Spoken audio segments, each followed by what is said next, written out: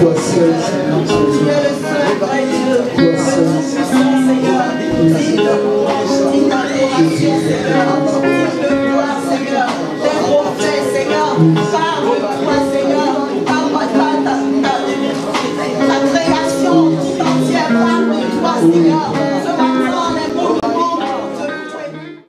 Que le Seigneur vous bénisse abondamment. Alors, le temps est arrivé où nous allons essayer de lire quelques versets bibliques.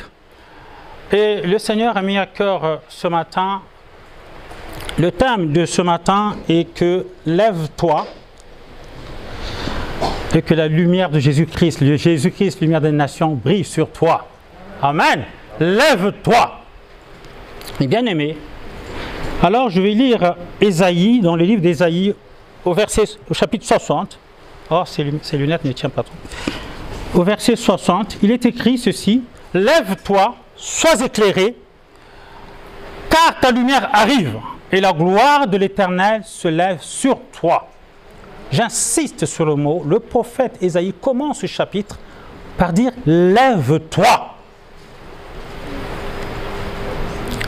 Mais bien aimé, le Seigneur ne nous a pas appelés pour être assis à l'église.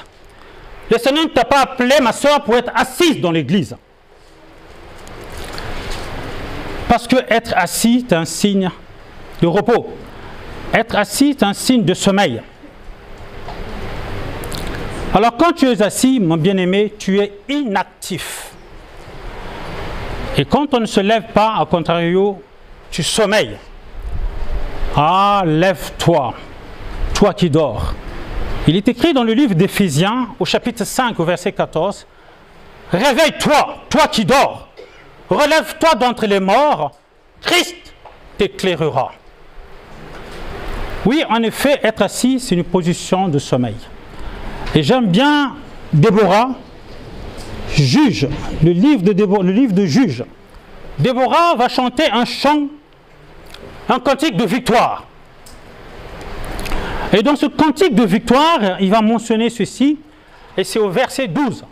Il dit, réveille-toi, réveille-toi Déborah, réveille-toi, réveille-toi. En fait, mon bien-aimé, comme vous êtes assis là, à côté, il y a le frère Isaac, et juste à côté, il y a le frère Papy.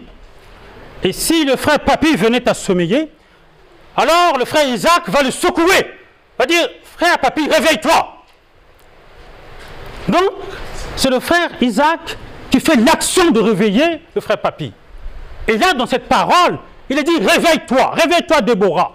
En fait, Déborah parle en elle-même. Je dois me réveiller, je dois me lever. C'est pour ça qu'il a dit, lève-toi. C'est à toi de faire l'action, à toi de te lever et à toi de te réveiller, mon bien-aimé. Réveille-toi, réveille-toi, toi qui dors. Ainsi, mes bien-aimés, quoi qu'il en soit, comme dira l'autre, quoi qu'il en coûte, Dieu t'a choisi aujourd'hui, ce matin, d'être là, à la place où tu es, et tu es à la bonne place. Alléluia. Alors, tu ne vas pas te regarder à quoi tu es constitué. Jésus ne regarde pas à ta beauté, à ta sagesse, ni à ton intelligence. Mais Jésus regarde. Il te regarde. Et pourquoi il te regarde? Parce que Jésus t'a choisi. Alléluia. Tu es compatible à son plan. Tu corresponds à son plan. C'est pour ça qu'il t'a invité d'être là ce matin. Tu es l'heureux ou l'heureuse élue de Dieu. Dieu t'a choisi. Ce n'est pas parce que tu es quoi que ce soit, ce n'est pas par tes œuvres, mais tu es dans le plan de Dieu. Alléluia. Alors, mes bien-aimés, ce matin, je veux te dire que tu as du prix aux yeux de Dieu. Et comme tu as du prix aux yeux de Dieu, saisis tous les atouts, tous les débouchés, toutes les occasions que Dieu puisse mettre, que Dieu te donne. Saisis-les encore ce matin. En effet, mes bien-aimés, nous espérons à une vie chrétienne meilleure. la plus meilleure possible, afin que nous soyons des témoins vivants, afin que toi et moi, nous portons un témoignage vivant, un témoignage pour la fidélité et pour la grandeur infinie de son amour, afin que nous expérimentons la manifestation de la gloire de notre Seigneur.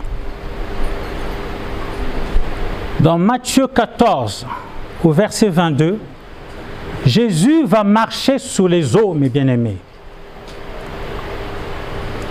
Alors que Jésus va renvoyer la foule, il est là avec les disciples, et il dit aux disciples, allons de l'autre côté. Alors, les disciples vont prendre la barque et ils vont acheminer dans la mer. Et le voyant arriver plus loin, au milieu de la mer. Et Jésus-Christ est resté pendant ce temps-là, sous la montagne, en train de prier. Et quand la nuit va arriver, un vent venu de nulle part, un tourbillon, un vent va souffler. Et sous ce vent, et comme il faisait nuit, les disciples, ils étaient désemparés. Les disciples, ils étaient complètement effrayés, terrorisés. Alors, ce sont les gens, ce sont les pêcheurs, ils avaient l'habitude. Ce n'étaient pas des petits enfants, ce n'étaient pas des gamins, mais c'était des hommes bien constitués et ils connaissaient la mer, et connaissaient le vent de la mer. Mais cette fois-ci, ils étaient ballottés à tout vent et l'eau commençait à rentrer dans le navire. Alors, ils avaient peur et ils ne distinguaient pas tellement bien. Et là, ils ont entendu la voix. Et cette voix disait ceci, « Rassurez-vous, ce n'est que moi, Jésus. » Alors, voyez-vous, si vous êtes tourmenté, si vous êtes effrayé et que vous ne voyez pas bien, alors Pierre, disciple de Jésus, il a bien entendu et il a dit, « Si c'est vraiment toi le Seigneur, si c'est vraiment toi, si ce n'est pas un fantôme, si ce n'est un esprit, n'importe quel esprit, vous savez, nous avons peur des esprits. Et si ce n'est pas n'importe quel esprit, alors, si c'est toi le Seigneur, alors maître, ordonne que je puisse marcher comme toi tu marches sur les eaux. » Voyez-vous, Pierre, il n'a pas recommandé qui que ce soit. Pierre, il aurait pu dire, « Seigneur, interviens, que le vent s'arrête pour que nous puissions être en paix, pour que nous puissions être ballottés à tout vent. » Mais Pierre va faire une demande incroyable.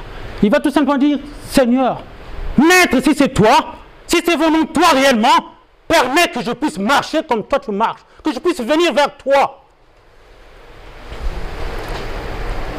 Mon point ce matin est de te dire, lève-toi. Alors Pierre s'est levé. Il n'était pas assis. Pierre s'est levé et dit, Seigneur, permets que je puisse marcher comme toi. Et le Seigneur, qu'est-ce qu'il a dit? Viens, je le veux. Et il a marché sur les eaux. Mon point, mon problème, mon bien-aimé, c'est que ce matin, ne regarde pas à ta situation. Ce matin, ne regarde pas aux circonstances. Ce matin, ne regarde pas aux problèmes, mais regarde à Jésus. Oh, certainement, tu as dû entendre des prophéties, ou certainement, tu as dû entendre les promesses de Dieu. Dieu t'a dit, tu seras béni, je te bénirai. Mais mon bien-aimé, si Jésus t'a dit, je te bénirai, ne regarde pas à la bénédiction. Regarde à celui qui te donne la bénédiction. Reste attaché à celui qui te donne la bénédiction. Si le Seigneur t'a dit que je te lèverai, alors ne regarde pas à l'élévation, mais regarde à Dieu qui te donne l'élévation. Reste attaché à lui. Alléluia. Voilà ce que je voudrais te véhiculer ce matin. Ce matin, je voulais booster ta foi ce matin. Et pareil, vous savez, vous connaissez l'histoire de Joseph. Joseph, Dieu s'est révélé à Joseph en songe. Jésus, le Seigneur lui a dit, Joseph, tu vas briller. Mais le Seigneur, Dieu ne lui a pas dit comment qu'il allait arriver à comment il va briller. Il n'a pas donné tout le film. Il a tout simplement, tu vas briller. Il a même annoncé que tu feras comme le soleil, la lune, 11 étoiles se prosterneraient devant toi. Mon bien-aimé, et pendant qu'il a dit ça, Dieu a donné toute la préparation pour qu'il arrive à son but donné. Lève-toi, lève-toi et reste attaché à Dieu. Lève-toi, la lumière brille. Lève-toi, la lumière de Jésus brille. Lève-toi, sur toi va te manifester la gloire de notre Dieu. Alléluia. Alors, nous allons lire une histoire. Une histoire que vous connaissez très bien et que vous avez lue certainement plusieurs fois. Et ce personnage, il est merveilleux. Et nous pouvons tirer beaucoup de renseignements sur ce personnage. Oh, mes bien-aimés, Dieu ne parle pas en vain. Dieu ne parle pas en vain. Dieu envoie sa parole pour un but donné. Dieu envoie sa parole pour un but donné. Sinon, il ne serait pas écrit que celui qui a des oreilles entende ce que l'Esprit dit aux églises. Alors ce matin, le Seigneur veut te parler. Et nous allons prendre cette histoire, nous allons aller dans le livre de Samuel, le premier livre de Samuel, au chapitre 17. Si le temps le permet, nous allons lire et nous allons décortiquer petit à petit ce récit. J'aime bien le récit. L'histoire, c'est le récit des événements passés. Mais ces événements sont encore d'actualité aujourd'hui. Et je lis la parole de Dieu. Nous allons partir de bout en bout, nous allons sauter quelques versets parce que nous n'allons pas tout lire. Mais je vais commencer à lire le chapitre 17. Je vais commencer à lire à partir du verset 8.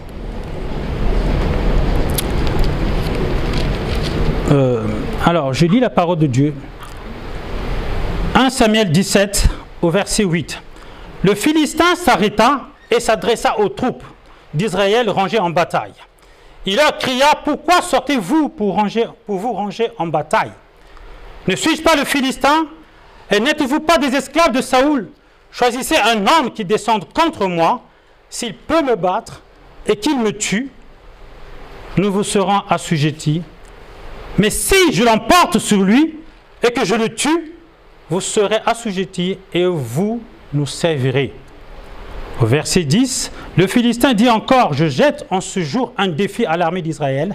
Donnez-moi un homme et nous nous battrons ensemble. » Saoul et tout Israël entendirent ces paroles du Philistin. Et ils furent effrayés et saisis d'une grande crainte. Alors David était fils de cet Ephrasien de Bethléem de Juda, nommé Isaïe, qui avait 8 fils et qui du temps de Saoul était vieux, avancé en âge. Le verset 3, les 3 fils aînés d'Isaïe avaient suivi Saoul à la guerre. Le premier-né de ces 3 fils qui étaient partis pour la guerre s'appelait Eliab, le second Abinadab et le troisième Shama. David était le plus jeune et lorsque les 3 aînés eurent suivi Saoul, David s'en alla de chez Saoul et revint à Bethléem pour faire paître les brebis de son père. Je m'arrête là pour l'instant, ce récit. Alors là, mes bien-aimés, voyez-vous, ce récit nous renseigne que le peuple de Dieu était en guerre avec les Philistins. En guerre contre les Philistins. Et à la tête des Philistins, il y avait un grand géant. Il y avait un géant nommé Goliath, qui ne cessait d'intimider l'armée de Dieu. Et qui ne cessait d'intimider l'armée israélienne. Et parmi l'armée d'Israël, il y avait 3 fils, il y avait 3 frères de David, qui étaient présents. Mais David était tellement si jeune, il ne faisait pas partie de cette armée. Bien au contraire, il est retourné à Bethléem pour aller paître le troupeau, les brebis de son père. Et un jour, il va arriver quelque chose. Un jour, le père de David va lui confier une mission. Va lui demander d'envoyer des vivres, du pain, du fromage aux 3 frères qui se trouvaient au combat. Et David, mes bien-aimés, va accepter cette mission. Et cette mission, mes bien-aimés, qui est pour tes yeux, pour nos yeux physiques, certainement une mission banale. Qui y a plus d'extraordinaire si ton père te demande de prendre quelque chose, de partir d'un point et aller à un autre point, d'amener de quoi manger à ses 3 frères. Qu'est-ce qu'il y a de plus noble? Qu'est-ce qu'il y a de plus extraordinaire? Mais bien aimé, cette mission a une grande importance. De cette mission va marquer la porte d'une opportunité, la porte d'une occasion que David n'a pas loupée. Non, non, non, non, non. David n'a pas loupé cette occasion qui s'est présentée à lui. Cette occasion que Dieu lui a donnée. Alors, il va la saisir, mes bien-aimés. Il va saisir cette occasion pour que la gloire de Dieu se manifeste. Alors, il va accepter cette mission d'aller au combat, d'apporter de quoi manger à ses 3 frères. Vous savez, si vous imaginez au combat, tu ne peux pas boire comme tu veux, tu ne peux pas trouver à manger comme tu veux. Au combat, c'est un moment particulier. Je ne sais pas si vous avez suivi les films de la Seconde Guerre mondiale, si vous avez vu les images, mais vous pouvez vous imaginer dans le contexte dans lequel il se trouvait. Alors David va accepter cette mission. Et de cette mission, il va écrire l'histoire du peuple juif. Il va écrire l'histoire. Pourquoi? Parce qu'il se trouve à la porte de cette occasion que Dieu lui a donnée. Et nous allons poursuivre.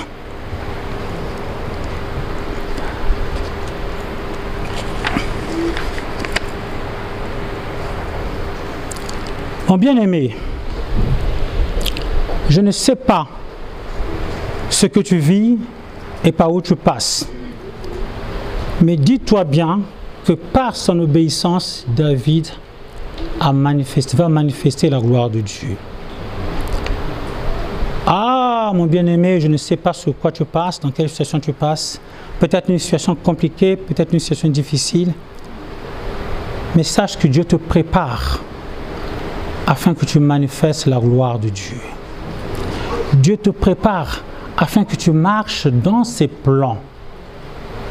Oh, j'aime bien le chant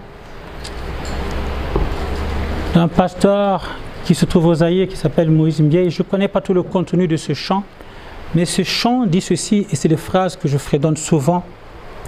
Je serai couronné, je serai couronné après ce combat. Je serai couronné, je serai couronné après ce combat. Dieu nous veut que nous brillions. Dieu veut que nous partons de gloire en gloire, que nous marchons de gloire en gloire. Dieu, des fois, nous donne des opportunités. Dieu, des fois, nous donne des occasions, des atouts, des débouchés pour que sa gloire puisse se manifester. Alors, mon bien-aimé, ce matin, n'aie pas les yeux physiques, mais aie les yeux spirituels, afin que dans les moments difficiles, quand la tempête va souffler un temps si peu dans ta vie, que tu puisses réaliser, que tu puisses mettre en pratique tous les enseignements que le pasteur nous enseigne dans cette assemblée. Et que tu puisses savoir que malgré les circonstances, il y a un Dieu qui est au-dessus de tout. Il y a un Dieu qui est au-dessus de tout. Certes que ton problème est grand, mais Dieu est plus grand que ton problème.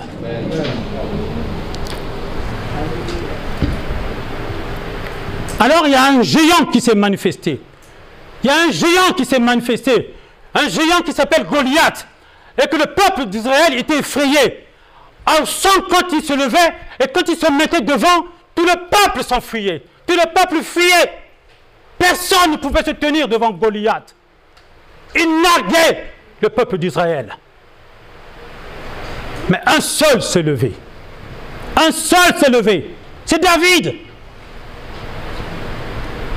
Un temps si peu, il a arrêté ce qu'il faisait. Il a arrêté de paître le brebis de son père. Alors il a fait quelque chose qu'il va écrire tous les soirs d'Israël. Il va se lever, mes bien-aimés. Comme toi aussi. Dieu te demande de te lever. Ne reste pas en position assise, mon Dieu, mon roi. Ne reste pas assise. J'aime bien, David dira, pendant que je me suis tué, mes os se consumaient. Aïe, aïe, aïe, rien ne se passait. Ce matin, lève-toi et regarde ce que Dieu peut faire à travers ta situation. Ce que Dieu peut faire à travers ton problème. Il est au-dessus de tout. Rien ne le dévaste. Rien ne le décourage. Il ne sommeille ni ne dort. Il est capable d'accomplir sa parole. Il est capable d'accomplir tous ses bienfaits sur ta vie. Alors nous allons continuer à lire. Nous allons lire au verset 16.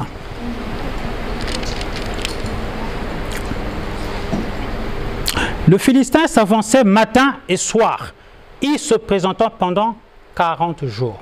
Mes bien-aimés, ce Goliath, matin et soir, venait intimider le peuple d'Israël, venait intimider Saoul et son armée. Pendant 40 jours, Israël devant Goliath, ils ne pouvaient rien faire. Ils étaient effrayés, complètement effrayés. Et ne pouvaient rien faire. À la vue des situations difficiles que tu as en cours, mon bien-aimé, ne reste pas focalisé sur tes problèmes et sur tes circonstances. Sache une chose, que le Seigneur est au-dessus des circonstances. Dieu est capable, il est au-dessus de tout, de toute situation, il est au-dessous de tout ce qui peut se nommer. En son nom est infiniment grand. Et nous allons voir au verset 24. À la vue de cet homme, tous ceux d'Israël s'enfuirent devant lui et furent saisis d'une grande crainte. Au verset 25, chacun disait: avez-vous vu s'avancer cet homme? C'est pour jeter à Israël un défi qui s'est avancé. Si quelqu'un le tue, le roi le comblera de richesses et lui donnera sa fille, et il affranchira la maison de son père en Israël. Mais bien aimé, regardez dans le contexte, regardez la situation. Personne ne pouvait se lever devant ce Goliath. Alors, le roi va proposer une récompense. Il va dire, celui ou celle qui va se présenter devant ce Goliath, pour que nous soyons en paix, pour le combattre, je lui donnerai toute la richesse. Je lui donnerai des biens. Et non seulement je lui donnerai des biens, je lui donnerai également ma fille. Écoute, mon bien-aimé, quelle motivation. Il y avait de quoi motiver les gars.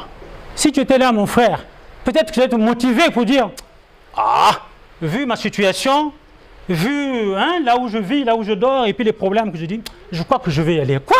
Je vais avoir des richesses. Et non seulement des richesses, je vais avoir encore la fille du roi. Aïe!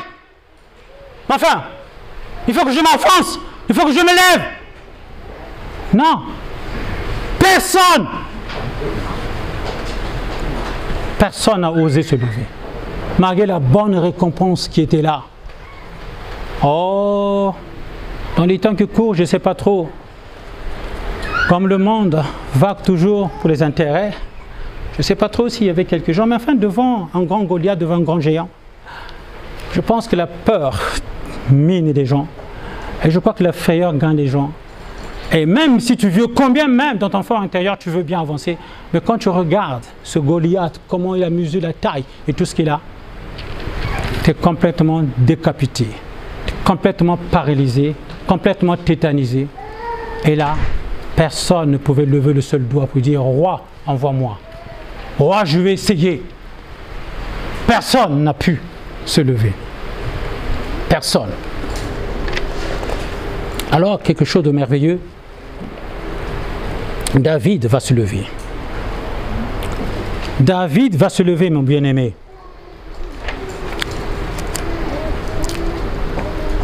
Alors, mon point ce matin, David a réalisé une chose. David, non seulement il va se prononcer, mais David n'est pas resté focalisé sur le problème. Personne n'a pu réaliser que Dieu est au-dessus de tout. Personne n'a pu réaliser que Dieu est au-dessus de tout problème. Mon bien-aimé, si tu restes focalisé sur les problèmes, tu vas t'enfoncer de plus en plus. La peur va te gagner, l'angoisse va te gagner, et tu vas rester tétanisé et tu ne peux rien faire. Tu ne peux que désespérer. Mais le temps soit peu, si tu réalises que ton Dieu est capable de te relever, ton Dieu est capable de te bénir, et d'ailleurs, Dieu t'a déjà donné la victoire. Oh, j'aime bien ce chant qui dit ceci, je suis né dans la victoire. Oui, je suis né dans la victoire. Nous avons la victoire en Jésus-Christ. Je suis né de Dieu, j'ai la victoire. Je suis né de Dieu, j'ai la victoire. Oh, je suis né de Dieu, j'ai la victoire. Je suis né de Dieu, j'ai la victoire. Alléluia, je suis né de Dieu, j'ai la victoire. Je suis né de Dieu, j'ai la victoire. Oh, je suis né de Dieu, j'ai la victoire. Sans sang a coulé, j'ai la victoire. Alléluia, je suis né de Dieu, j'ai la victoire. Je suis né de Dieu, j'ai la victoire. Oh, je suis né de Dieu, j'ai la victoire. Sans sang m'animer, j'ai la victoire. Alléluia. Je suis né de Dieu, j'ai la victoire.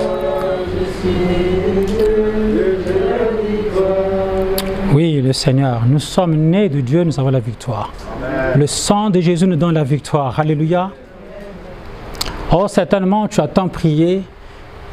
Tu as tant prié que le Seigneur t'ouvre les portes, mais à cause de la peur, tu deviens incapable d'y rentrer. Mais que le Seigneur nous ouvre les yeux spirituels, afin que nous reconnaissons, afin que nous saisissons tous les atouts que Dieu nous donne pour manifester la gloire de notre Dieu. Alors David a regardé au-delà du problème. David a regardé au-delà de Goliath. Alors il s'est souvenu qu'il y a un Dieu plus puissant que toute autre chose. Au-delà des situations calamiteuses, au-delà de tout désespoir, au-delà de toute situation désespérée, catastrophe soit-elle, il y a un grand Dieu. Et seulement si tu étais capable de regarder au-delà du grand géant, tu verrais la gloire de Dieu se manifester. Si seulement tes yeux pouvaient se focaliser sur ton Dieu est capable de te relever, de t'amener le plus loin possible. Alors tu verras que tu gagnerais la victoire sur le géant.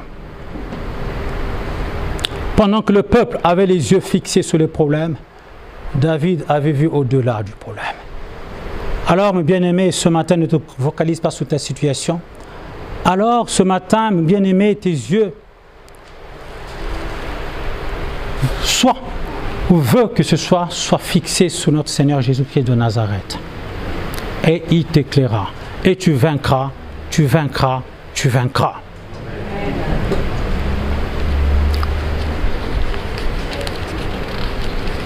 Et la conviction ce matin, si ton problème est si géant, mais Dieu est plus géant.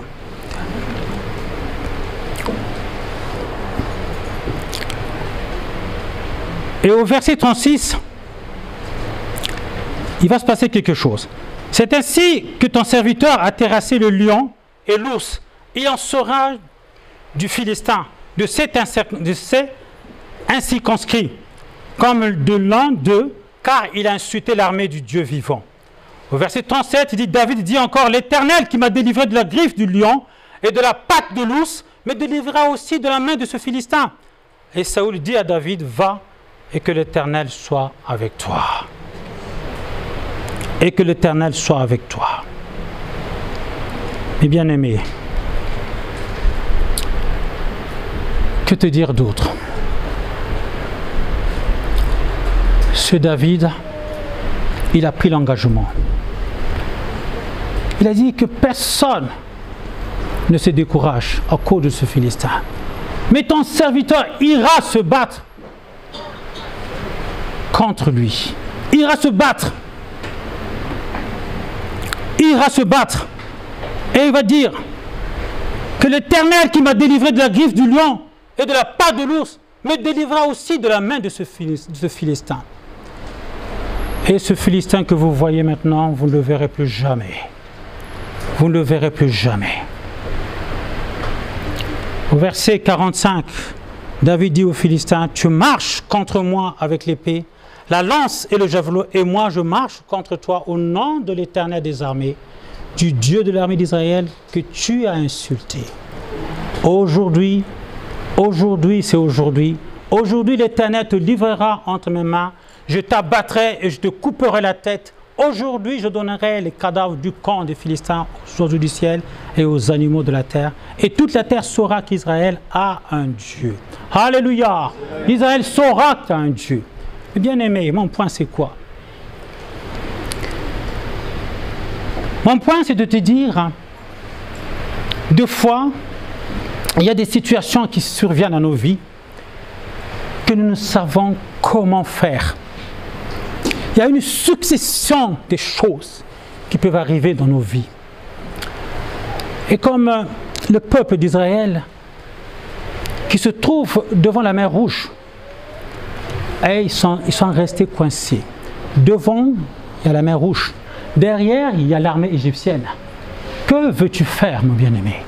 Des fois, il y a des situations qui arrivent où tu ne sais comment faire, où tu es complètement catastrophé, où tu es complètement dans un chaos.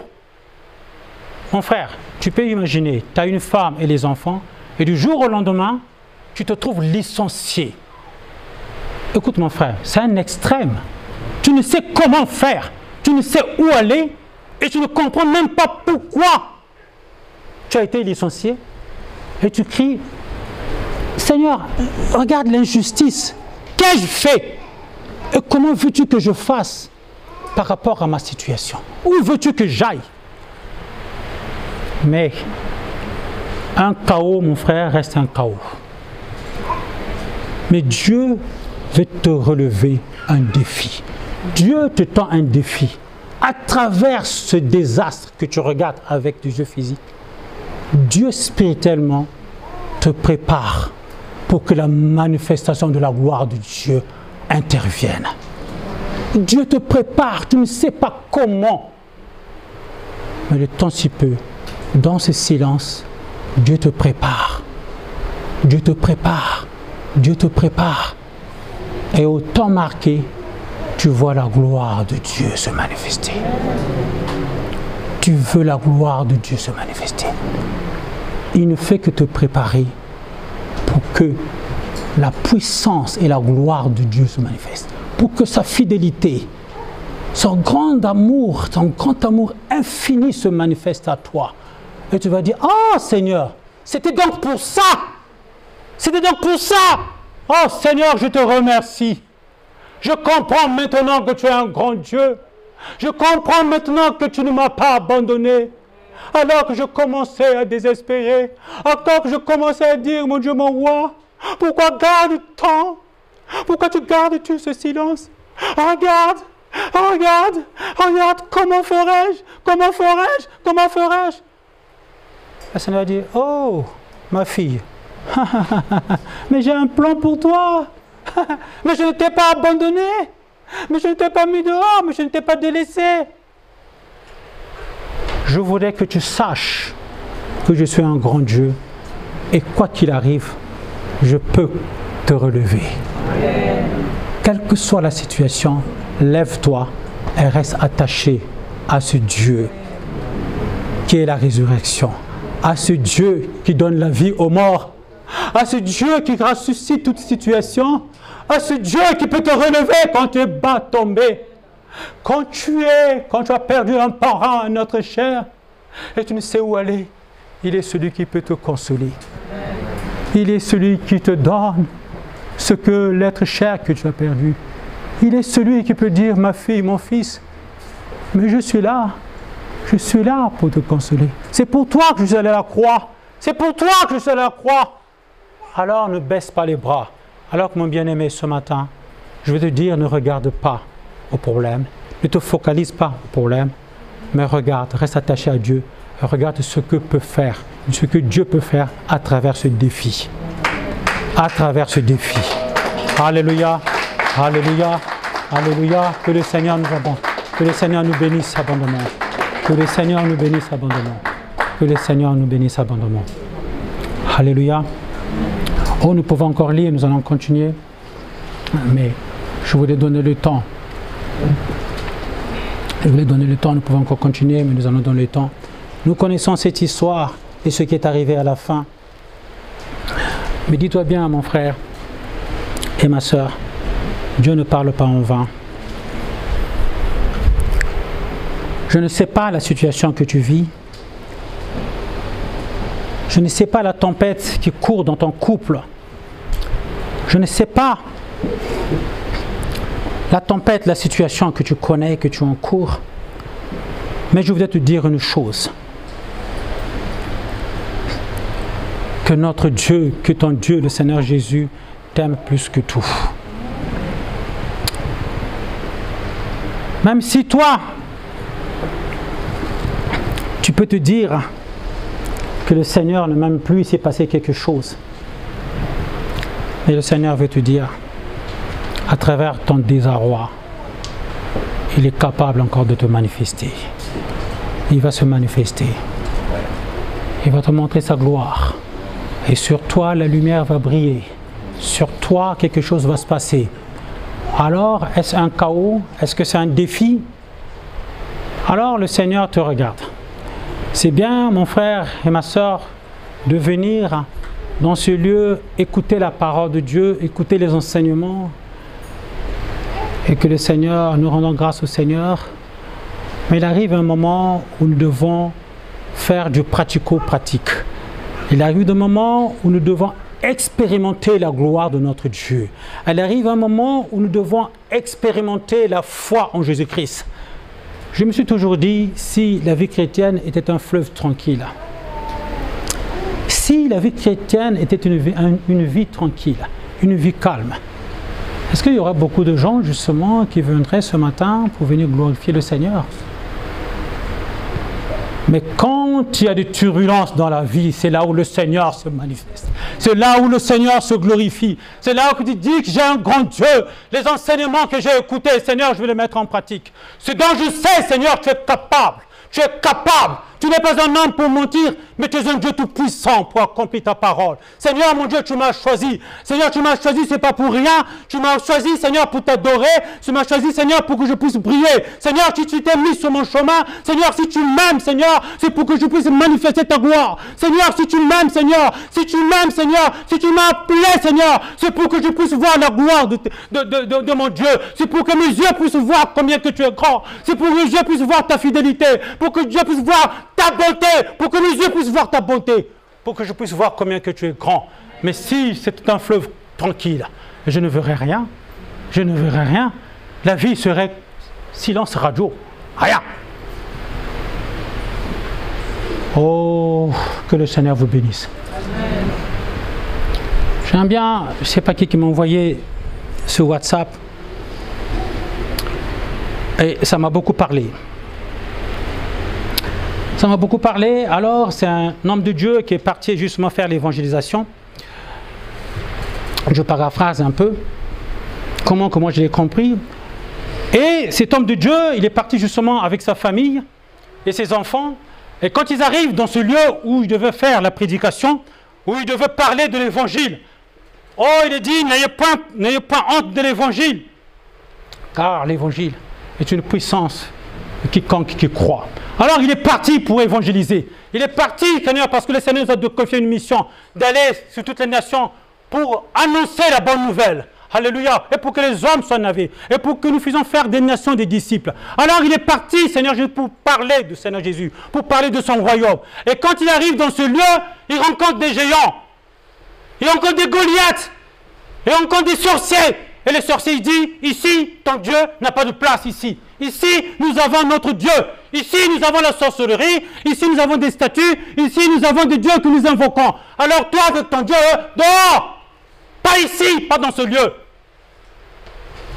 Alors, il prend sa famille, il retourne à la maison, il prend sa femme, ses enfants, et il commence à prier. Et il dit, bah, le moment est arrivé, le jour est arrivé, les affiches sont affichées, tout est bien. Et il arrive en ce lieu justement pour parler de Dieu, pour annoncer la bonne nouvelle.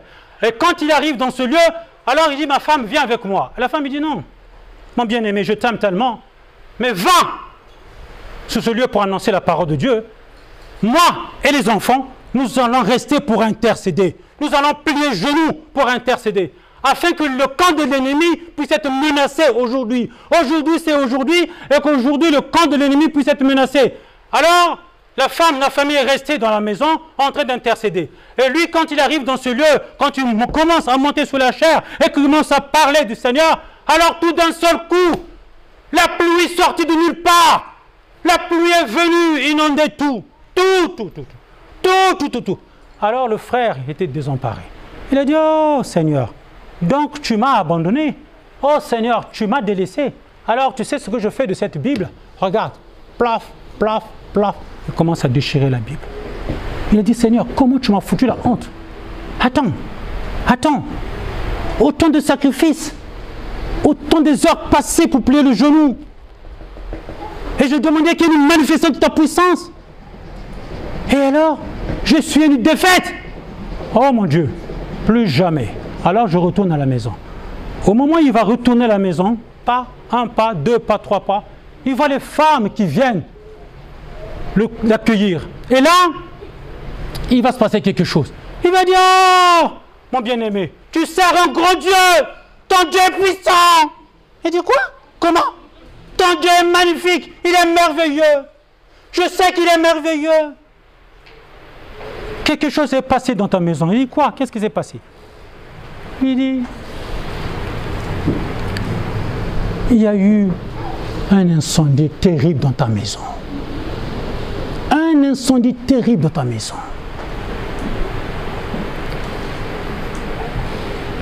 Et il a fallu qu'une pluie sortie de nulle part est venue arroser ta maison. Et ta femme et tes enfants sont sains et saufs. Quoi?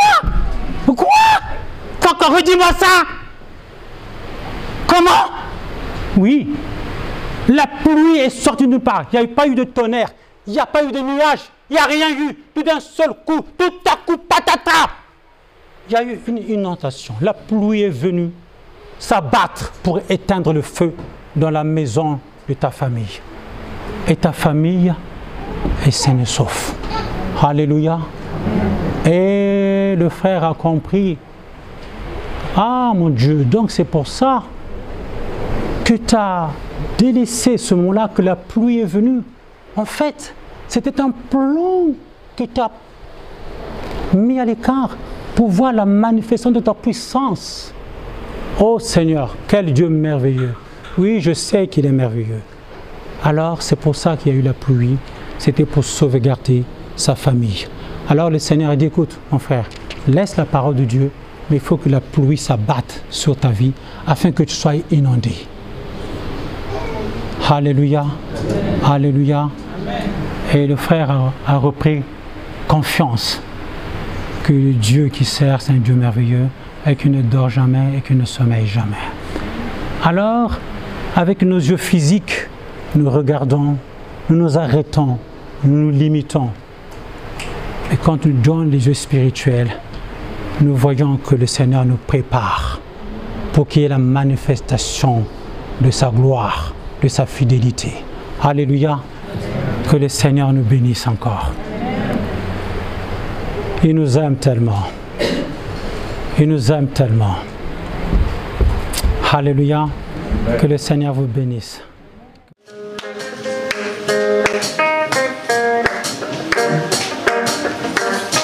Thank